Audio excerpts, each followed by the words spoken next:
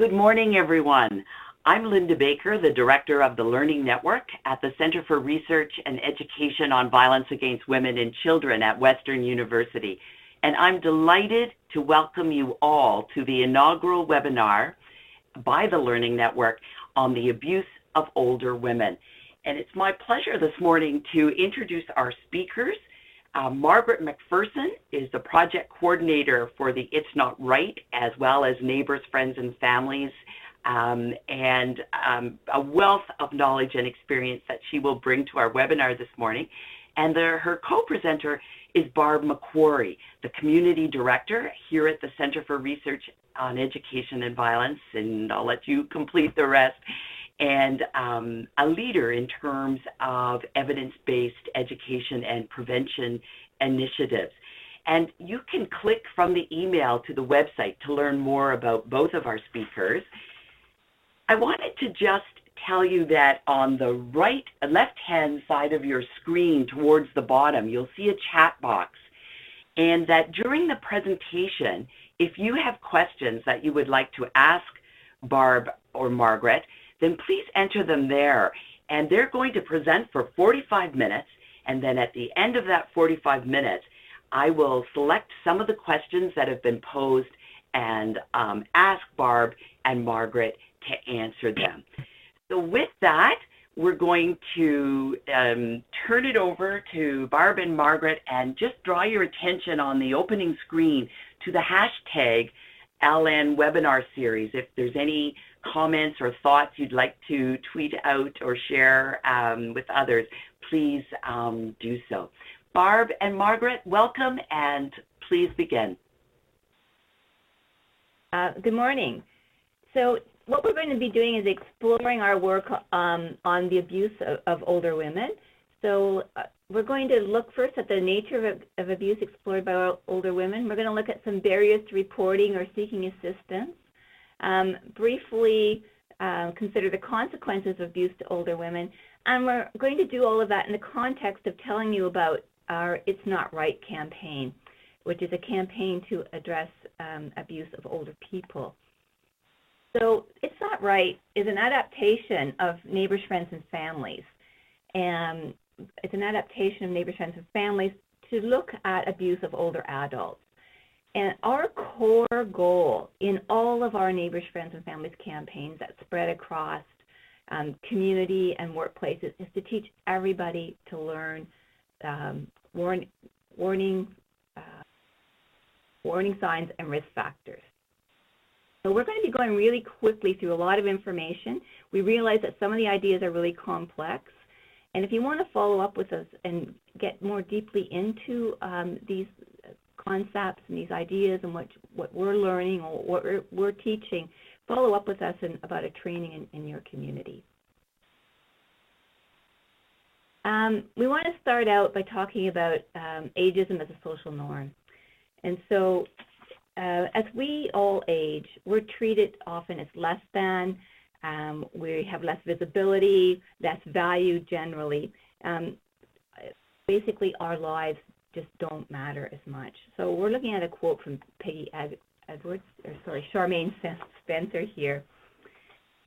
These attitudes have really become a part of our way of thinking. We don't question them anymore because we're not even aware of them. And that's how ageism becomes a social norm. We thought we'd better touch briefly on definitions. So we're going to be using both a definition of domestic violence and of family violence. Our definition of domestic violence comes from our national study on domestic violence in the workplace, and it's one that we'll be using consistently at the Center for Research and Education on Violence Against Women and Children in all of our work. Our family violence definition comes from the Public Health Agency of Canada. You can just read those yourself. So today we're going to be looking at the intersection of elder abuse and women abuse. So as we do that, we need to consider definitions and context and previous work from both sectors. We want to talk a little bit about how the work has evolved. And violence against women at work has evolved from grassroots efforts that were initially really geared to keeping women in crisis safe. And now we've really expanded our work, and so we've made domestic violence a criminal issue.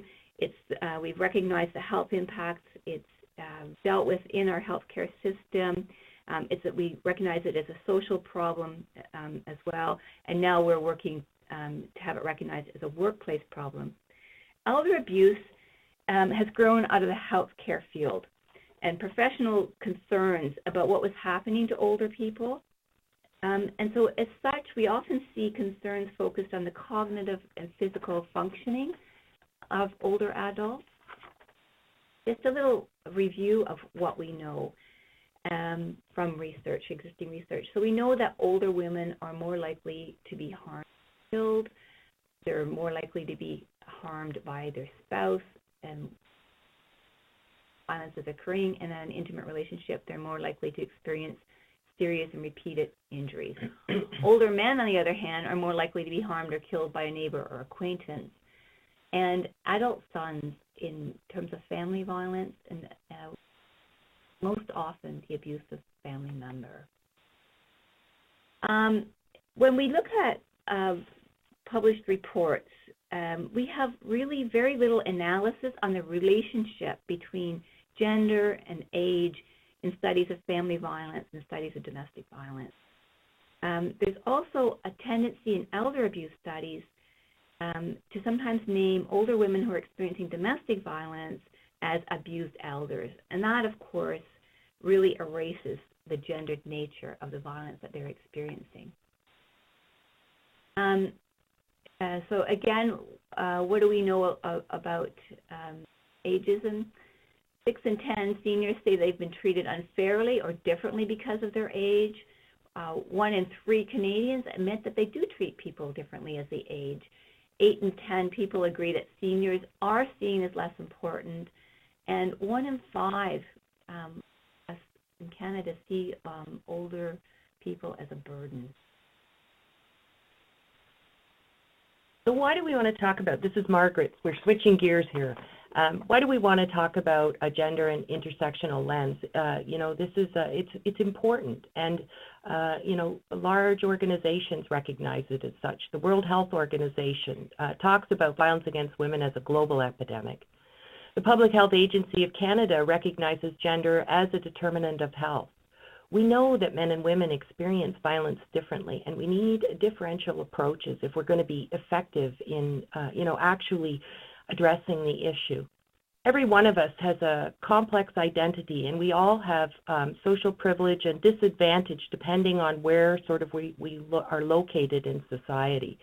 So, the resistance to a gendered lens, I think, comes a little bit from sort of the black and white world that we've lived in, where, their victims are a pure category, perpetrators are a pure category. And we need to move into more sophisticated analysis that says, using a gendered lens does not mean that men are bad and women are good.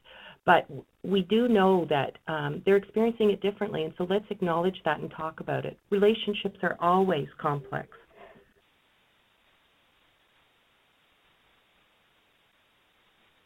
The World Health Organization suggests that we look at, abuse in using an ecological model, which just means that we can't reduce situations down to, bad things happening between people, that it's bigger than that. So you have the individual, and then you have the relationship that contains people, and the community, and then also society. So, how do we think about these things in relationship to each other, the impacts as we go?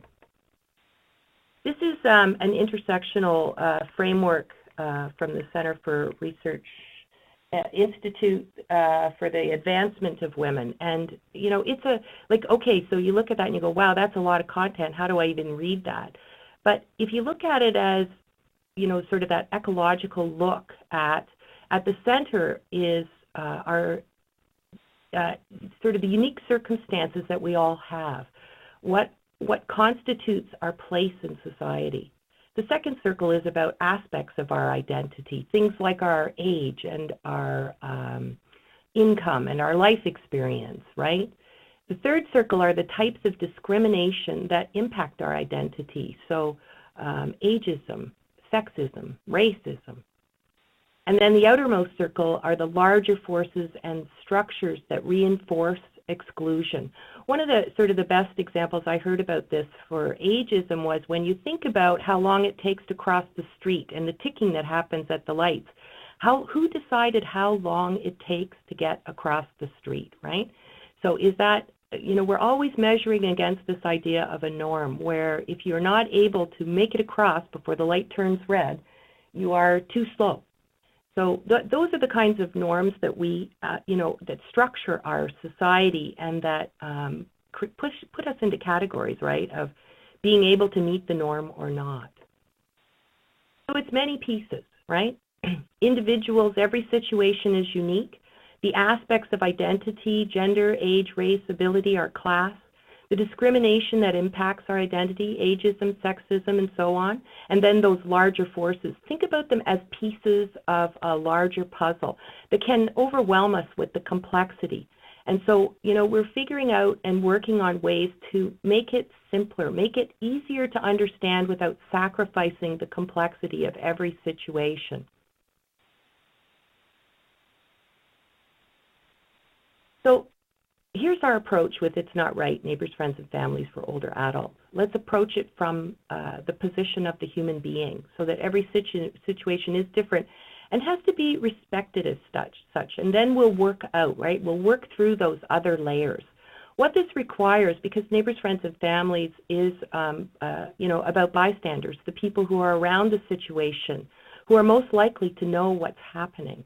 So it requires a willingness to engage with people, as both as community members and also as professionals. And there's a sort of a capacity and willingness that goes with that, to reflect on and learn from each situation, to treat each situation as unique, each person, right? And to move from simple to more complex understanding and from the good-bad kind of dualities that lock us down into thinking that there are good people and there are bad people. We really are in quest here of a deeper understanding of what's happening and a way to engage everyone in sort of the process of, actually creating the society where people feel safe and supported. Neighbors, Friends, and Families, we want to create with our training and our education opportunities for us to go back and think about, what Barb first started talking about, our attitudes, the ways in which we all have ageist assumptions. We're all part of the whole system, right? There is no outside place from which to stand and look in and cast judgment, really. We're all part of it. Okay, I'm just learning how to advance slides here. So coming back to, sort of this idea of the intersectional analysis, how do we make sense of that? That's what we're going to do now, is we're going to explore a couple of unique situations, right? And then think about them in, with some of these larger questions. So engaging bystanders is the work that we're doing. And let's talk about support. If we're going to engage people in the process of social change, right, from the small everyday place that they occupy, here's an idea that we're using to help people see themselves as part of that change. So you are a powerful being. Even the smallest action you take has an impact of some kind, right? This is part of the sort of growing understanding of moving from the industrial age into the information age, where we can see that what happens on one side of the planet has profound impacts everywhere. So if that's true, then, from the place that you occupy in the world, which is a unique place, right? What choices do you have and what choices do you make? What we're really concentrating on with It's Not Right is how can we help people open the door for support for people who are experiencing abuse and neglect. This is the response to trouble continuum, and we use it to sort of situate people, because if we're going to talk about responding, recognizing and responding, then we have to start from understanding our own sort of orientation to problems, to trouble.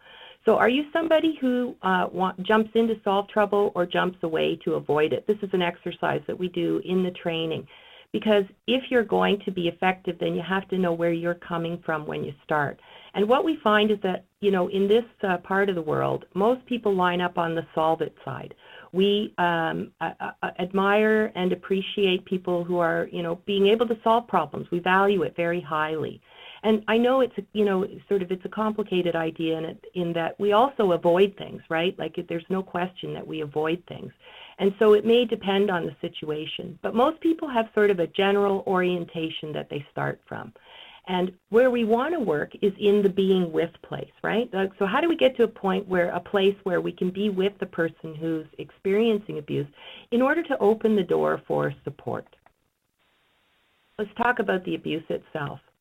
So what is abusive behavior, right? It can be raging and terrifying. It takes different forms. It's verbal, physical, financial, sexual, spiritual abuse, and neglect is counted here too, right? Where a person's every move may be controlled. Or it can be subtle and really hard to see. But again, it's the neighbors, friends, and family members who are most likely to be able to see what's happening. These are the warning signs that we talk about, right? If people tell you they're being abused, if somebody becomes depressed, withdrawn, like their demeanor changes, people moving in with them can be a warning sign. Injuries that can't be explained, signs of neglect in the house, older person's social life changes in dramatic ways, the phone gets cut off, things start disappearing from the house. These are all warning signs that we want people to be aware of. We've also started really looking at what are the warning signs of abusive behavior, because, abuse is very common in our society, abusive behavior. If you have ever given someone the silent treatment, then you're participating in sort of controlling kind of behavior. And so I think that we have an opportunity with It's Not Right to heighten the awareness of what constitutes abusive behavior. And also, at the same time, sort of implicate ourselves in it, because we are all sort of guilty to some degree or other. And I think that it helps to reduce the us and them kind of divides that keep us, unable to really look at what's happening in situations. So these are some of the things of controlling behavior that we want people to be aware of, especially with respect to older adults when decisions start to be made for them, and they start to, family members, I think, most often start to take control of what's happening. What is where's the threshold there for moving into abuse? It can sound like things, this is part of, blaming the person, victim blaming is very common. And the thing that we really focus on, what I find in the I've done workshops all over the country, is this strong sense of entitlement is the piece that really resonates for people, right? That some people feel more deserving of having their needs met. So we're going to watch a little video right now. This is called Moving In. This is part of a series that we've developed for teaching people how to watch for warning signs, and then we'll unpack it right after. Okay, now I have to load the video. It might take a minute for it to play. So what I want you to do is I want you to watch. Yep. Watch for the warning signs.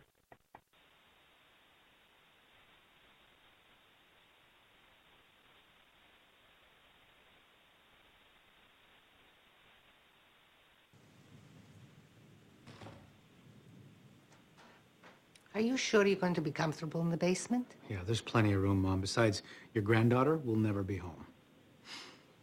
You're a lifesaver, Mom. I don't know what I would have done without you. I'm sure you're going to find another job in no time.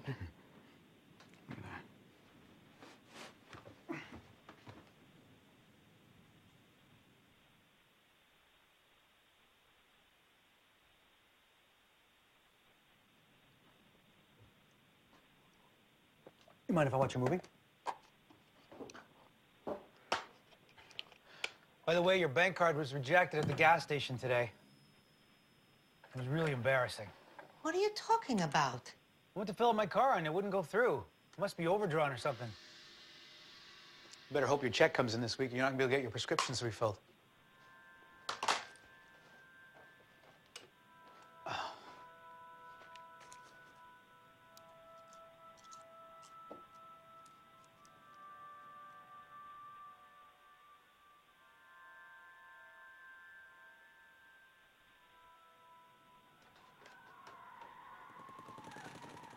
What are you doing? I can't get used to the damp downstairs. Oh, try another blanket, Mom. We're boiling up here. You know, I would have wished you would have asked me before you moved me into the basement. Why? Do you just have to be on my back, Mom? It's too dark and dingy down there. I get depressed, you know that. Complete your puzzles down there as well as you can up here. What's for dinner, Grams? I'm starving.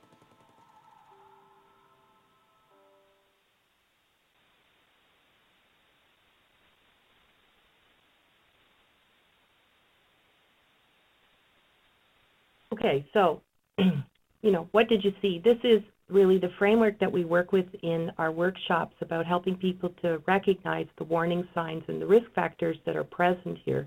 So here's a situation where you have a son who's unemployed moving in with his mother. The situation starts to deteriorate as, he starts to take more and more sort of control of her resources and, her money and her life.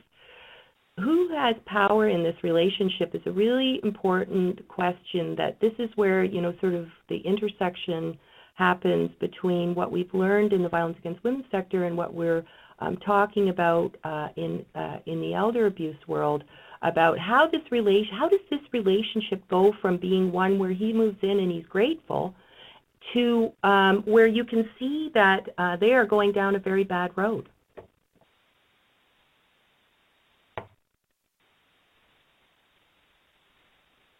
I come back to this idea that abusive behavior is common and that it's unlikely that Carlos would see what he's doing as being abusive. So let's think for a minute about how Carlos might justify his behavior, right? We go back to that idea about what are the warning signs of abusive behavior. Well, he's certainly starting to make all the decisions without asking. It seems like Maria was not aware, right, that he was using her bank card. He moved her into the basement. And how does ageism reinforce this abusive behavior? He has a very strong sense of entitlement that's happening here.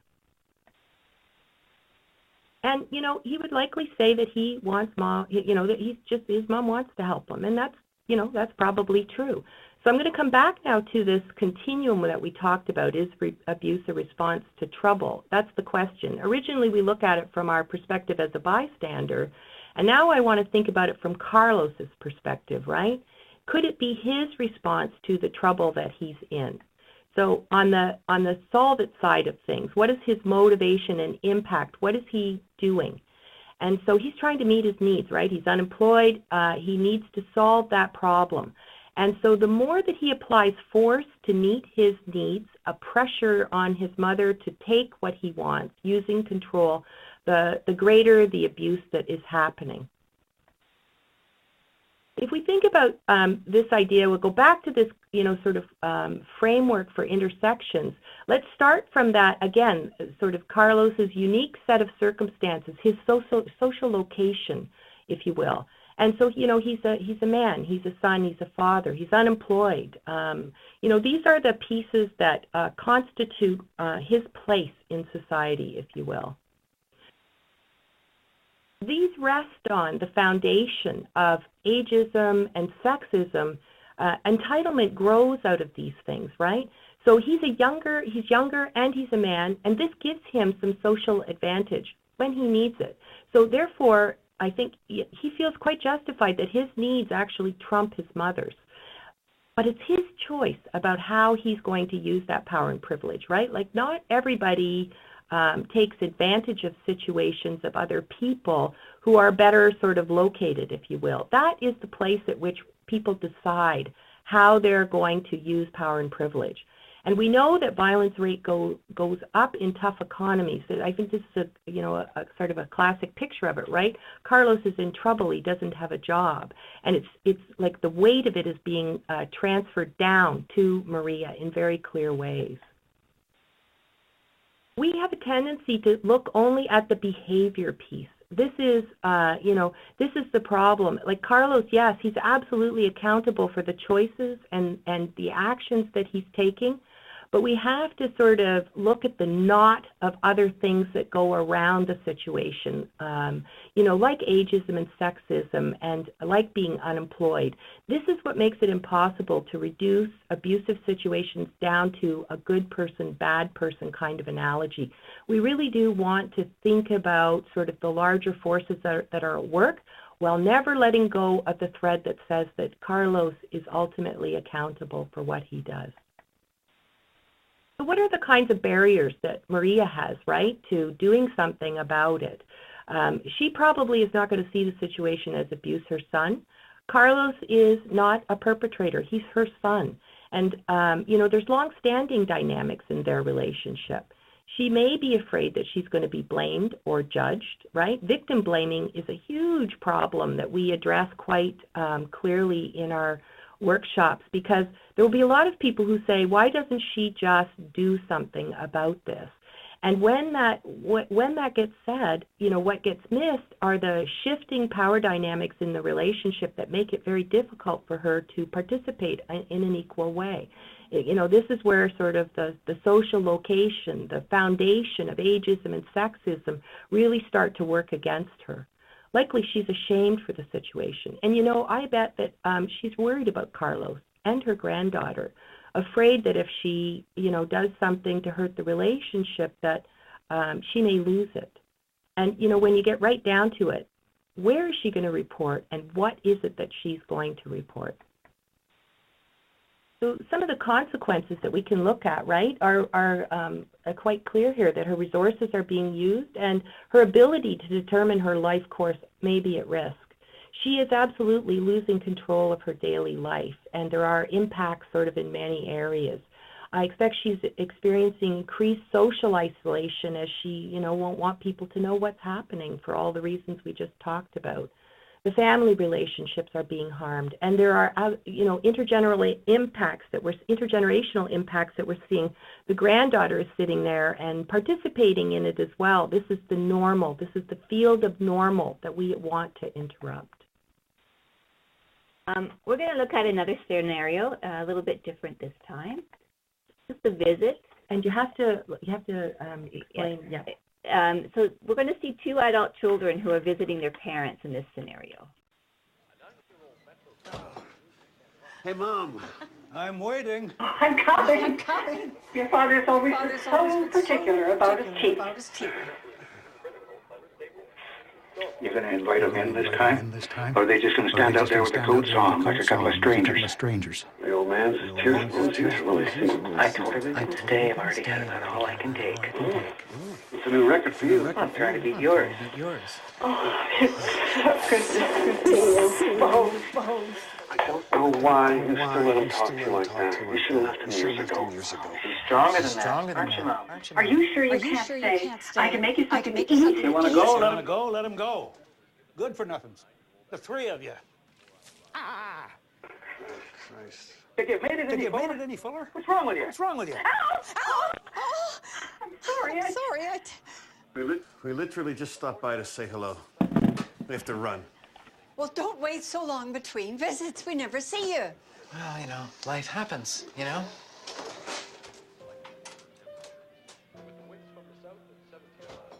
That was fun. Still want to get that drink? Oh, yeah.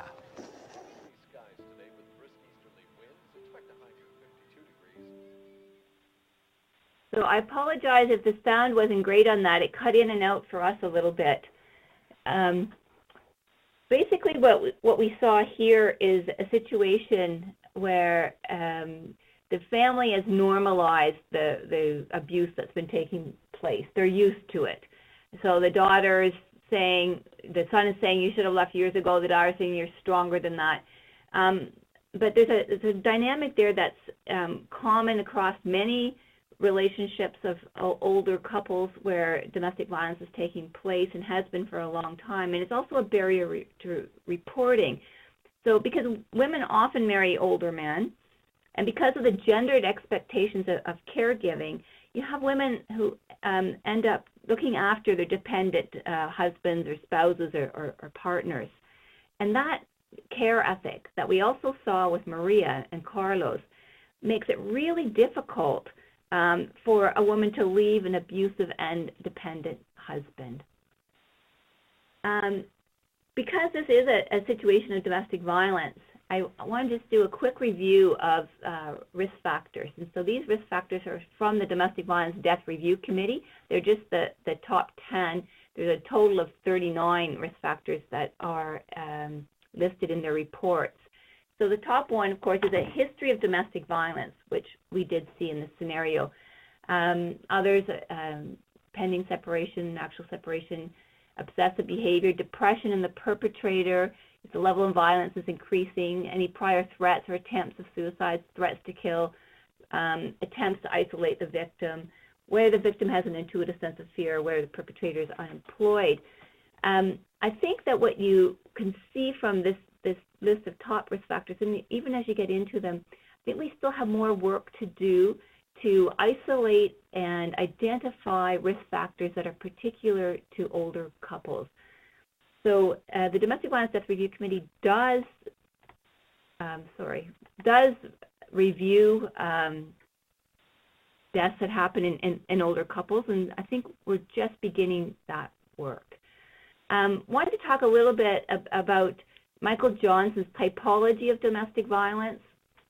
Some of you may already be aware of it, but essentially he created this typology to try and explain those conflicting reports that say, on one hand, women and men perpetrate and experience abuse in roughly equivalent numbers, and on the other hand, when we look at shelter stats, hospital stats, police stats, we get a very gendered picture where men are primarily perpetrators, women are primarily victims.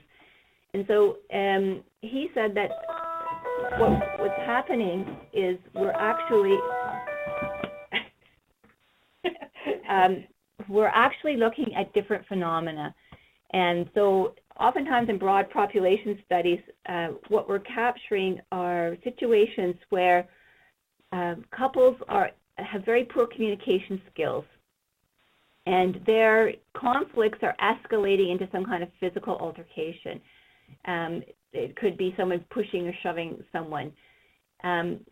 These situations are always, we always assume that a situation is dangerous. We never assume that it's just situational couple violence until a thorough assessment is being made. So it's not to any way try and deny risk or minimize risk, but saying that many times what we're seeing and where women are being reported as perpetrating violence as often as men, it is in these situations where one person is not trying to control the other person, and when you don't have one person being afraid of the other person either.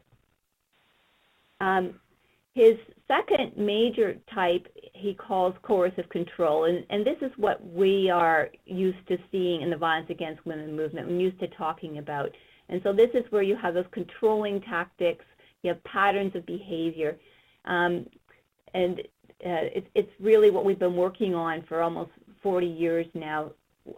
We've called it woman abuse, and we do see very gendered patterns here where men are primarily perpetrators, women primarily victims.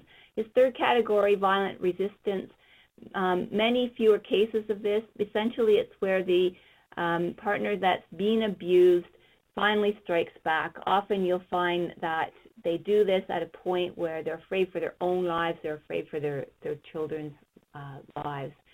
So we just wanted to put this up to say that this typology, we can think about it in terms of abusive older women as well. The situation that we looked at was one of coercive control with all of its inherent risks.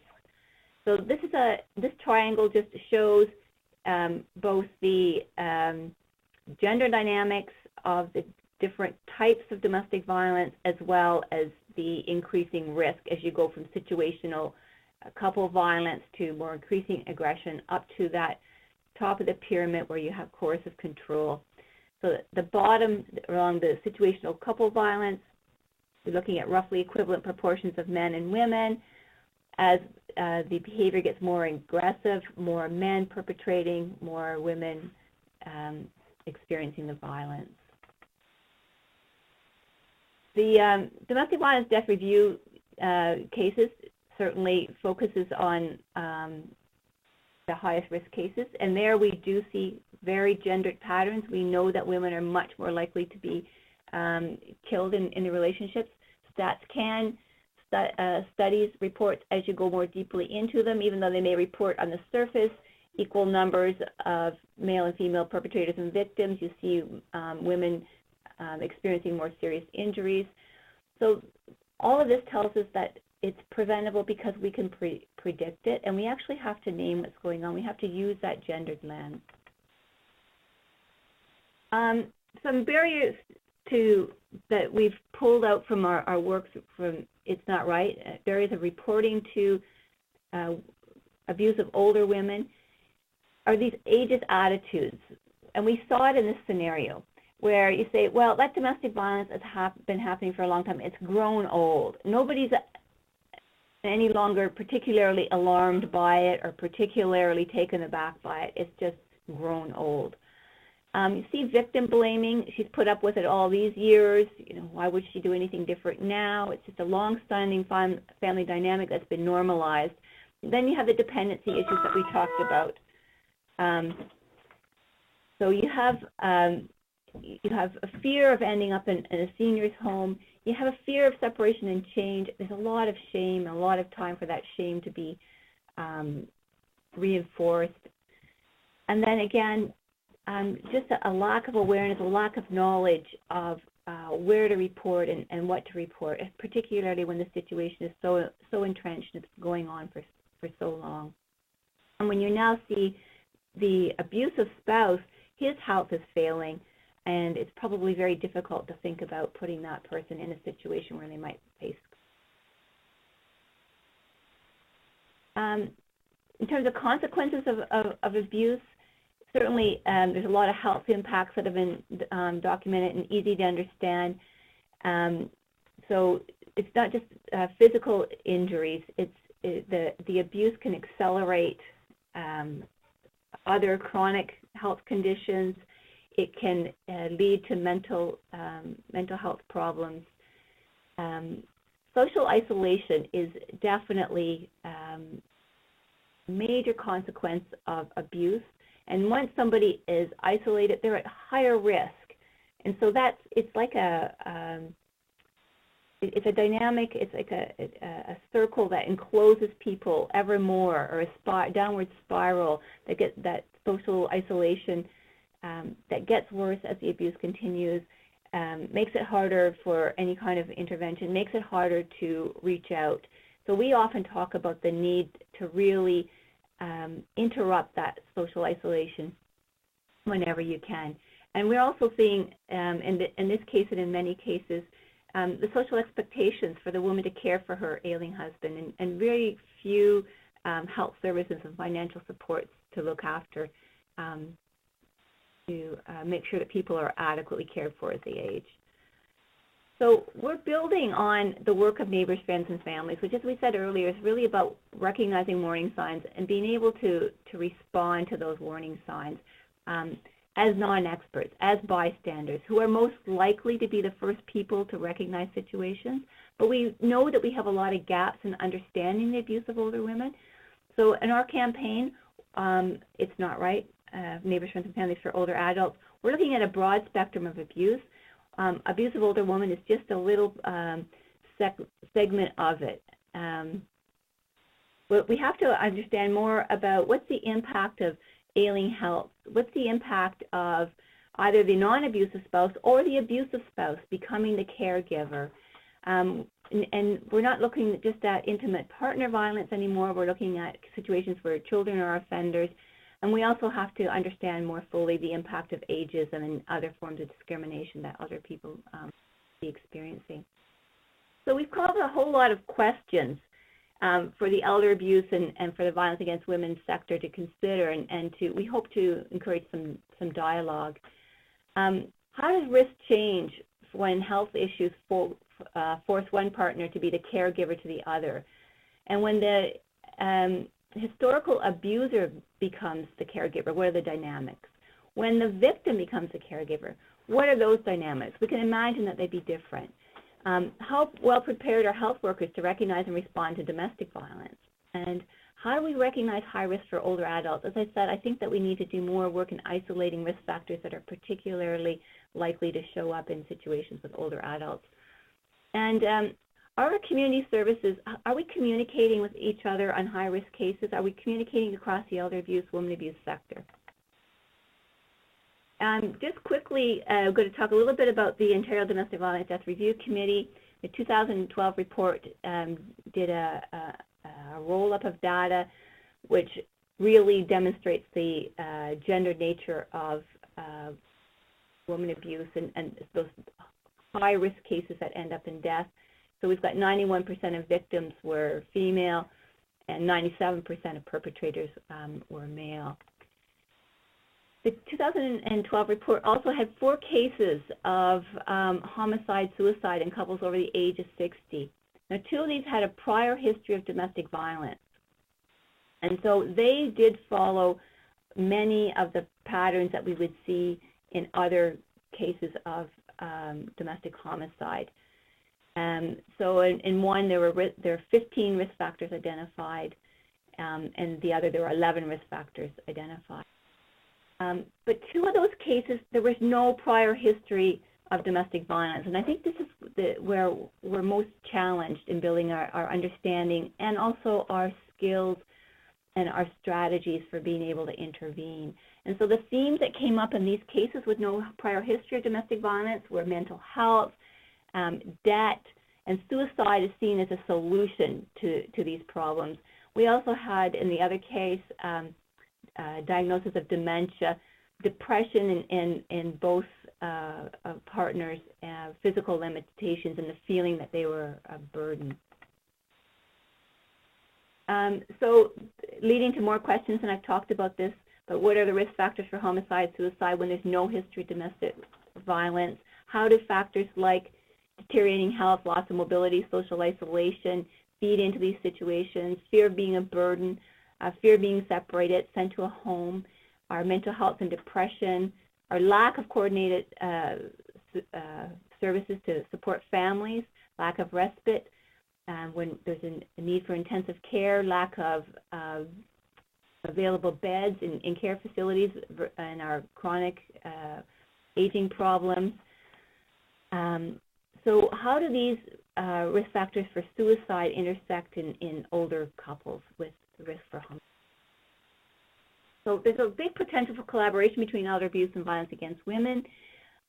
Most communities will have both a violence against women and an elder abuse committee or a group working. Can we do community case reviews? Can we do cross-sector learning and training? And just saying to the VAW sector that we really need to expand and include a specific focus on the needs of older women. So in our potential to collaborate between sectors, we have to recognize some challenges too. So the violence against women language and work within the criminal justice systems where we describe victims and perpetrators doesn't fit well with how the elder abuse movement has evolved with the focus on family, friends, relationships. We have to look at the power imbalances that are at the root of abuse. But as men age, they're more likely to be treated like women. They're more likely to lose some of that power. So age is a great equalizer. We need to shift our perspective to focus more on earlier intervention, and that's really where we work a lot with the It's Not Right campaign. We have to see bystanders, neighbors, friends, family members as our first line of response. We're not expecting them to solve all the problems, but to recognize and to be able to connect with the supports in the community. And finally, we can't continue to put those people who are experiencing abuse outside of our social circles. We have to see those people as human beings who are in trouble and who also need support and who need our attention. Here's just a little quick look at some of the results we're getting, our evaluation results from It's Not Right. So consistently, our participants are indicating that people who are behaving abusively do need help and have to be part of the solution. All of us, under the right circumstances, have the capacity to behave abusively. So stop seeing this us and them dynamic. That we are all ageist, and those attitudes are putting older adults at greater risk. And finally, that we all have a role to play, and that we will respond if we know what to do. So we have some brochures. They're available for download from the website. There's the address. And I think we're coming up to time for questions. Perfect, Barb and Margaret. Your timing is right on. And we have received a number of questions. And the one that I would like you to address first is this. You stated that older women are more likely to be harmed or killed. Do you mean of all women who experience violence, or in society in general? No, we mean that older women, women are more likely to be harmed or killed in abusive relationships. And that applies equally to older women as to women in other age categories. So that's one piece from the violence against women movement, that piece of knowledge that we can take and we can carry over to the elder abuse sector. That's consistent. A second question, how does risk change with changing roles or a change in caregivers? And if there isn't any research on this, do you have a hypothesis of how that may relate to risk? I think what we have at this point is more a hypothesis. And so let's take the case where you have a relationship where abuse has been ongoing for a number of years, and then you have the woman who's been the victim in the situation needing a lot of care.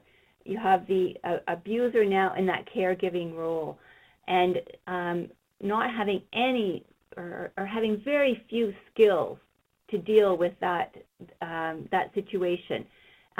Really not, and having, probably because of the ongoing abuse for years, having a situation where the couple is relatively isolated, so not having any resources to draw on, and you just have somebody who sees, well, the solution to this is just to end it all for all of us, for both of us. So that's, we're seeing that as, there's a, Margaret, do you want to say something? Yeah, I was just going to say, if we looked at the scenario, right, where the character Anne, right, is caring for her husband who's becoming more dependent, and where she's had, years of abuse happening, what is the risk that she herself will become retaliatory? We looked at that other category in the typology, right? We don't have any evidence to support sort of how this unpacks, how this unfolds. But I think it's a reasonable thing to think about, to question and to wonder about. And if Anne starts behaving abusively toward her partner, if the history of domestic violence isn't considered, then it's too easy to see her as being the abuser, if you will. So I think that it changes depending on the caregiving situation in very significant ways. Another question that is related, perhaps, to some extent, people are wondering whether older women are more likely to be victimized by their spouse or partner, or more likely to be victimized by a child. And are there Canadian stats related to that question? I'm not sure that we can speak to percentages. I think that what we can say is certainly that older women are now not only vulnerable to abuse from partners, they're also vulnerable to abuse from their children, and primarily from their male children. So it's just like a new layer of vulnerability is being added to their lives. We have another question that relates to legislation. Comment is that other Canadian provinces, example, Prince Edward Island, New Brunswick, Nova Scotia, seem to have stronger laws regarding elder abuse. What is happening legislatively in Ontario to develop laws on elder abuse and developing an Adult Protection Act? I think there's probably other people who are better situated to be able to respond to that question.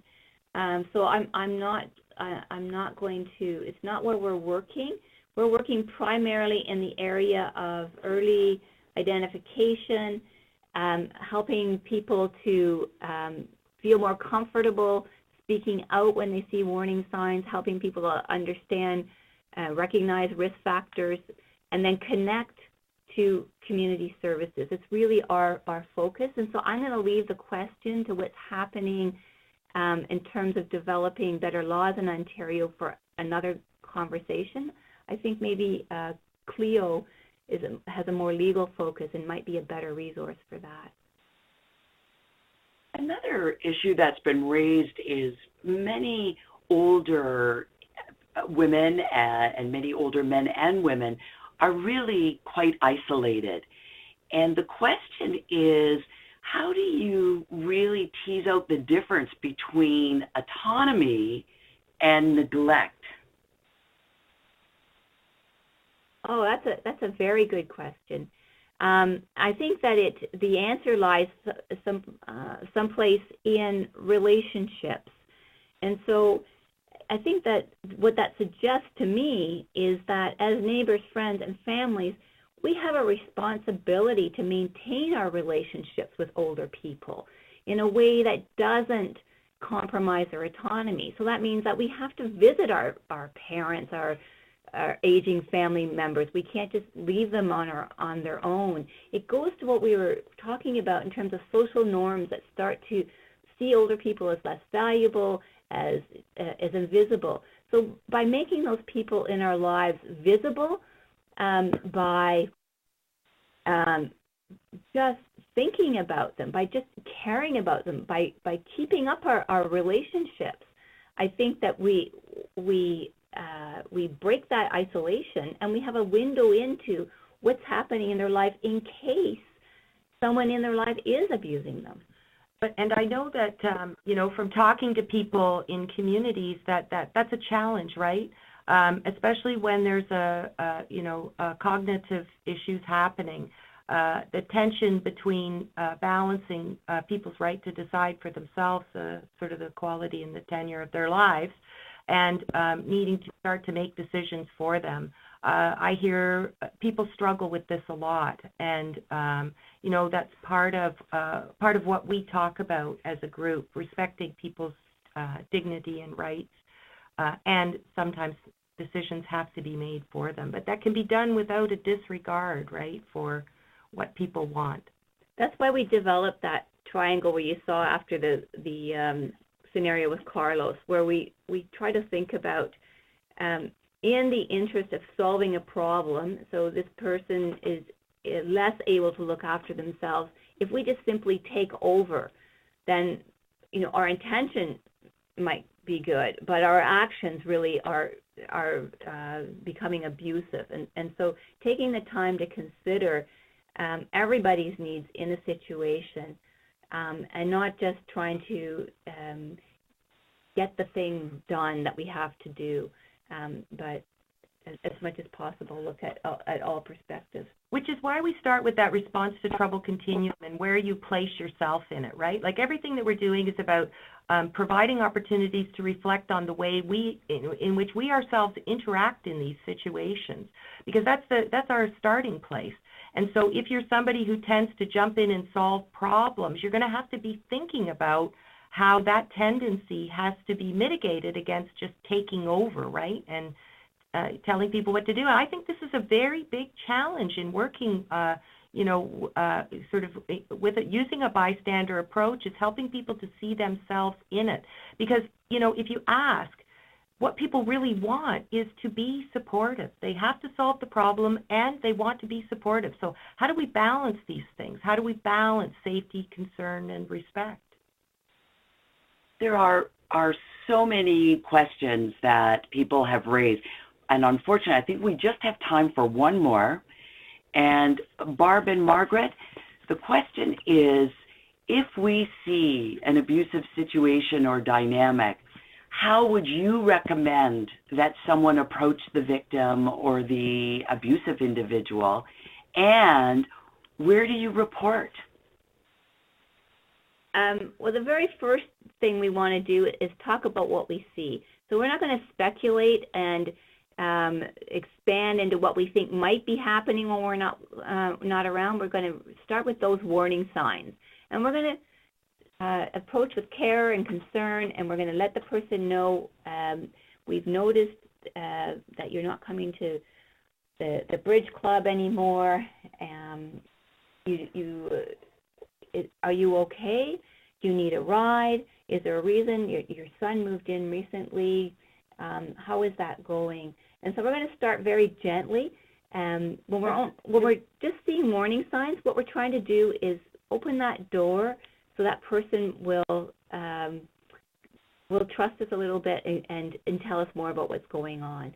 And so if we're not seeing high-risk factors, if we're seeing warning signs, we want to build the relationship, and we want them to encourage people to let us know more about what's going on. So that's a lot of what we do in the training, is teaching people how to have that conversation, because it can be quite a difficult conversation. But there's a basic framework that we can use just by seeing what's happening, naming what we're seeing, and then really essentially checking it out with the person. So, talking to the person that you suspect is experiencing abuse is the first step. And there's lots of good information about how to have that conversation on the website and in the brochures. It takes practice, Really what we're talking about is, I think that we have to be compassionate with ourselves and with others in terms of trying to move through very difficult situations in the best way possible. The learning happens on all sides. We are all part of this learning process. I want to, at this point, bring our webinar to a close, and I want to give a very special thank you to both Margaret and Barb for sharing their knowledge and their wisdom. And I think we will talk about, as a learning network, perhaps having a part 2 on this very important topic in terms of a future webinar. We wanted everybody to know, a number of people have asked, that we will send all participants, everybody who registered, a link to the Learning Network website where you'll be able to access the webinar as well as the PowerPoint slides and the video links for people who weren't able to hear or access the videos during the presentation. And what we would ask you at this point is to look at the slide that's showing now and complete the evaluation. You just have to click the link. Actually, I understand it's not clickable, so you'd have to copy it and, oh, I see, sorry. My wonderful colleague, Elsa, here, is going to type that link into the chat box, and then you really can click it and go right to the survey, because this will be really helpful for the team when we're planning future webinars. So any ideas for future webinars in the comments section, or anything that would have made our attempt to bring you information or knowledge stronger, please share that with us.